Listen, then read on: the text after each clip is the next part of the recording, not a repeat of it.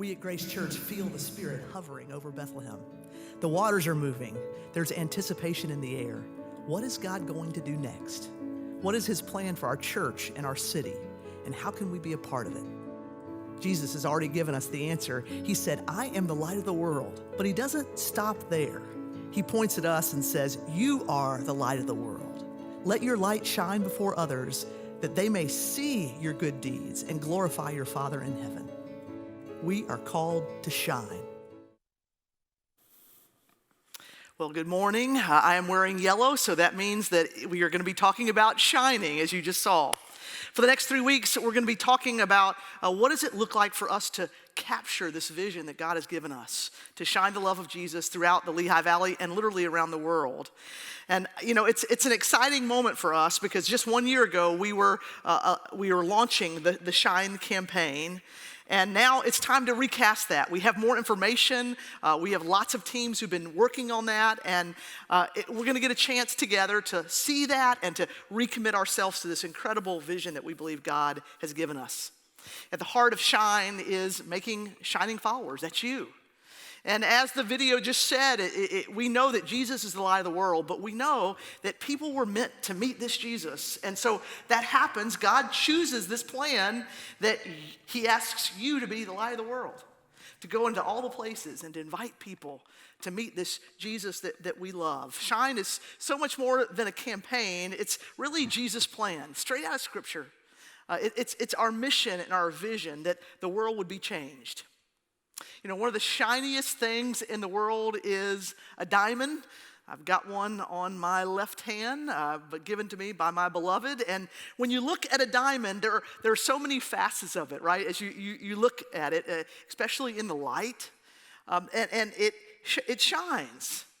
And there's the cut of the diamond that helps it shine, and the clarity of the diamond that helps it shine, and the color of the diamond. All those contribute to the shine.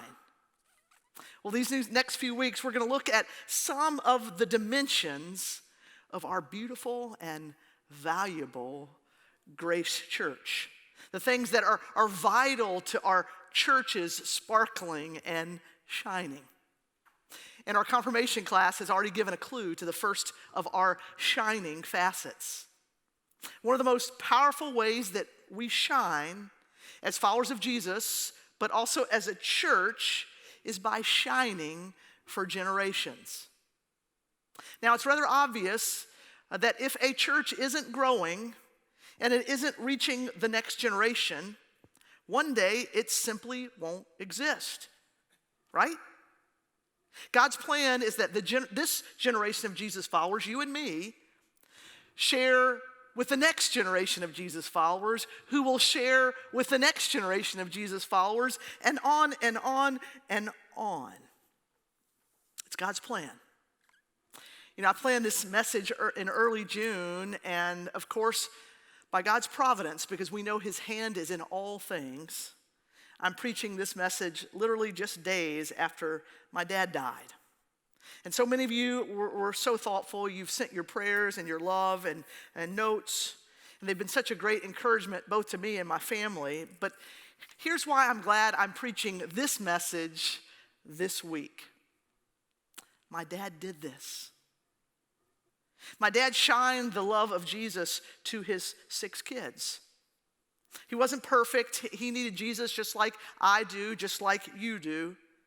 But his life and his love literally pointed us to our perfect Father. He did that for my brothers and my sisters. This is his Bible. I swiped it on my way leaving the house. Mom actually told me I could. But as I looked through it to get ready for speaking at his service, you know, it brought back all this flood of memories for me. See, as a kid, I didn't sleep very much, and I would wake up and I would go down the stairs, and oftentimes I would find my dad in his study. Now, I didn't know then the kinds of things that keep you up at night, that an adult would be in their study on his knees, reading this book or praying, but that's where he was. And he didn't tell me to go back to bed most of the time. He invited me up, and I sat in his lap, and I read my Bible, and he read his Bible, until he kind of eventually tucked me back into my own bed. Dad shined to the next generation, to me and to my siblings and our friends, and I suspect many other people that I don't even know about, that someday we'll meet him in heaven. But here's why shining for the next generation matters so much. It makes my heart beat and makes our church's heart beat. Here's why. So many people want to quote kind of gloom and doom statistics about Gen X and about millennials and their commitment to Jesus. But here's the statistic that makes shining for generations just so important to who we are. Here it is. 94% of Christians make their decision to follow Jesus before they are 18 years old. Now let that soak in for a moment. Of course, there are people who meet Jesus later, 6%, but 94% of people do that before they're 18 years old. I mean, the stakes are high. Look around the room, or if you're online, you can just imagine with us, if we never told another person about Jesus, and God didn't move in the Lehigh Valley, it would be a matter of time that Grace Church just wouldn't be here anymore. That's sobering. Well, it gives us our mission. If we want to shine, if we want people to follow Jesus, we have to keep committing to a vital and intentional ministry to the next generation. It's really been a part of our church's DNA. And if we believe that only Jesus can help us live life to the full, if we want everyone to experience that, then we have to keep at it. There's a lot of advice in the Bible about shining for generations, and today I want to hone in on Psalm 78 because it really does give us a very simple but hard to do strategy for shining to the next generation. Here's what it says. My people, hear my teaching. Listen to the words of my mouth. I will open up my mouth with a parable. I will utter hidden things, things from of old, things we have heard and known, things our ancestors have told us. We will not hide them from their descendants. We will tell the next generation the praiseworthy deeds of the Lord, his power, and the wonders he has done.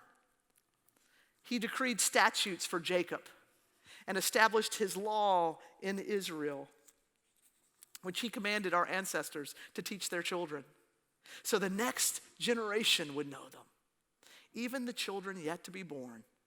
And they, in turn, would tell their children. Then they would put their trust in God. Hey, read that last phrase. This is where we're going to end in a few minutes. Read that last one. Then they would put their trust in God.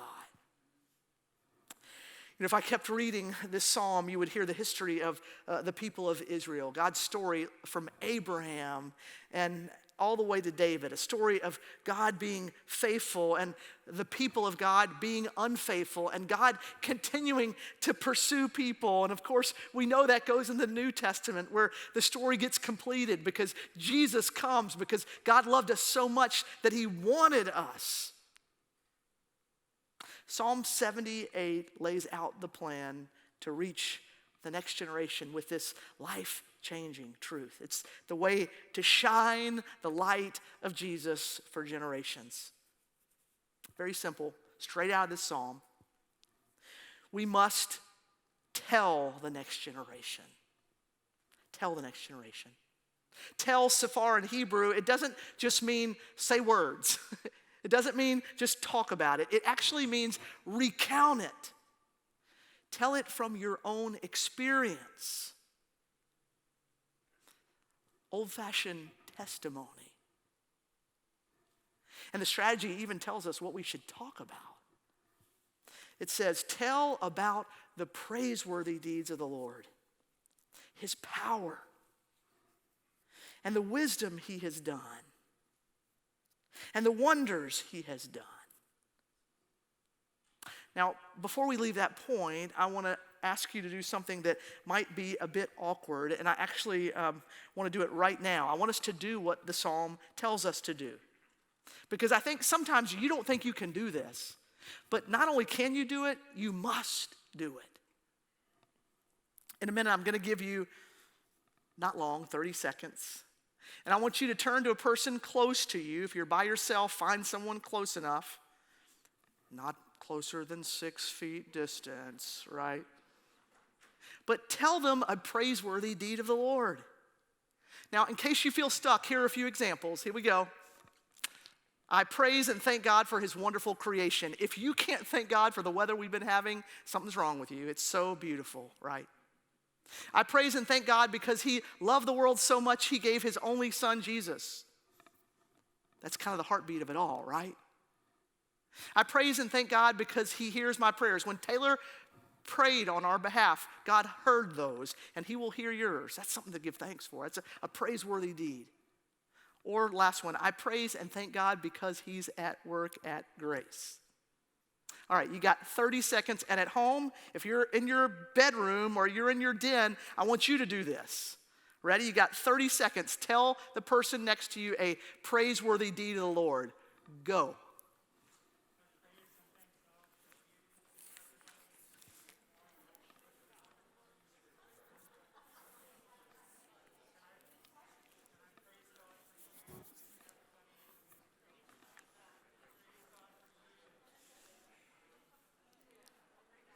Are you doing it?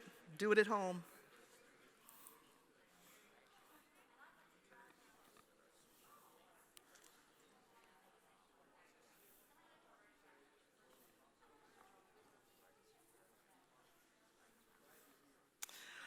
All right. See, you can do this. You can tell the praiseworthy deeds of God. You just did it. Here's the point. The next generation needs you to talk about God and what he means in your life. And it needs to be as natural as you talking about the football scores yesterday. It needs to be a part of your life. God isn't just Sunday material. God is everyday material. And next generation people know you are being authentic and real when they see you doing this all the time. It needs to be part of your conversation. You know, what really matters to you, you like to talk about. They know it is a priority in your life if you talk about it. And if you'll pay attention, there is so much to say. So much to say. But telling is only the beginning, and the psalm doesn't stop there. The next generation needs to hear from us more than just words. It needs us to teach the next generation. Verse 5 says, God decreed statutes for Jacob and established the law in Israel. Again, in the Hebrew, it's really better translated. God gave a testimony in Jacob. If the next generation are going to know God, they need to know this book. They need to know what's in it. But they need to see this book come alive. They need to see it in you. See, your life becomes proof that God is real, that Jesus is worth following, because you're shining life. So much of what this book says about life and about relationships and about justice and about their worth we need, but the next generation needs. Teaching is more than telling. Teaching means spending time, actually investing in people. So living life with people, hearing their questions and the doubts of the next generation, knowing what matters to the next generation, and knowing what God says about the things that matter to the next generation. See, teaching takes telling to the next level. Survey after survey says that the next generation, the number one thing they want from the church is the number one thing they also want from their work. According to the Harvard Business Review, what they want is a mentor. They'll choose their job over pay, they'll choose a mentor. Over title, they'll choose a mentor. They want someone who is intentionally teaching and leading and listening to them. If we are going to pass the faith on to the next generation, if we're going to shine for generations, we have to do more than talk. We have to literally live out our faith with the next generation. See, they want to know that we ask questions. They want to know that we have struggles and doubts. They want to know that we're not perfect. They want to know that our faith isn't just words. They want to know that we care about the suffering in the world. And they want to know that we want our world better. We want to be a part of that. They want to see how your life is different because you are a follower of Jesus. One of the phenomenal gifts of grace is that we are an all generations church. So many churches are primarily one demographic. They're either all young or they're all old. But that's not us. We are literally a community of all generations, and I just love that. It is so healthy because all over the church, the older are pouring into the younger. It happens when mentors walk alongside our confirmation students. You heard a little bit about that in the video. It happens when high school students help in children's Sunday school class. It happens when we sit together and worship. And it happens when we eat cookies together. And someday we're going to get to do that again. Now I'm looking around and I'm not sure who the youngest person in the room is. But every one of you has someone younger than you in our church. Every one of you has someone younger than you in your school or in your neighborhood. So no one's off the hook. I wonder what your part of the plan to tell and to teach the next generation is, because you're called to do it. And we as a church are called to do it. This week in the mail, you're going to receive a Shine On vision packet, and it will include some renderings from our new campus. And this packet literally represents years of work and engagement of hundreds of people, including many of you in the master plan. 500 of us dreamed about what our church would be, our vision, and the spaces that we need to live out that vision. You know, it is so exciting to see all that. I can't wait for you to see it. Because we know that to shine for generations, we have to have a home base for our vision to shine. And one of the things you'll see is we want this campus to be a place where all generations want to be. You're going to see a powerful statement of us making sure that there are spaces for the next generation, because we recognize that as an investment. We want the next generation to be at home in our sanctuary, which you'll get the first renderings of this week in that packet. But we also want them to feel at home the moment they step on the campus. And we want them to have spaces that are especially for them. Now, this won't be in your packet that you'll get this week because they are literally hot off the press, and so you're seeing them today for the very first time. We just got our kids' rendering of what our spaces might look like. Now, you can envision families coming in. It's a safe and secure place so that they can check in. But I hope you also see how welcoming it is. Kids are not behind walls. Kids are seen because we're an all generations church, and we love and the privilege of teaching the next generation. We want families and kids to know grace is for them. Imagine all the families that will walk into this space and all the kids that will grow in their faith and begin shining here. Also, you can't see that here, but you'll see in your packet, there'll be spaces for families whose kids can't quite make it in the worship service. Toddlers who want around, there'll be a space for moms and dads to have their kids there so they can watch the worship service. There'll be plenty of parking close to the kids' spaces. Do you remember, some of you, how you had to schlep all that stuff when you had kids? It'll be close. We also received this rendering of student spaces. Imagine a space that looks out on the back of that incredible property. If you haven't been there, every week, Mark, am I right? Noon, right? Every week at noon, we are gathering to pray on Wednesdays. If you want to show up and pray and walk that space, we would love to have you doing that. But behind that space, you can see out, there's a space for students to worship and to gather and to experience community and to play games. I'm really giving you kind of a teaser for when you get your packets, because that will be close to outdoor spaces and also a cafe space. I'm really excited about these spaces. But I'm most excited about what will happen in these spaces. See, my prayer is that lives will change in these spaces and that these spaces will fuel our decade-long commitment to creatively, in every way, invite kids and students to meet Jesus long before they head off to their career or to college. See, we want them to go with their faith strong so that they can be leaders there, like sending out missionaries.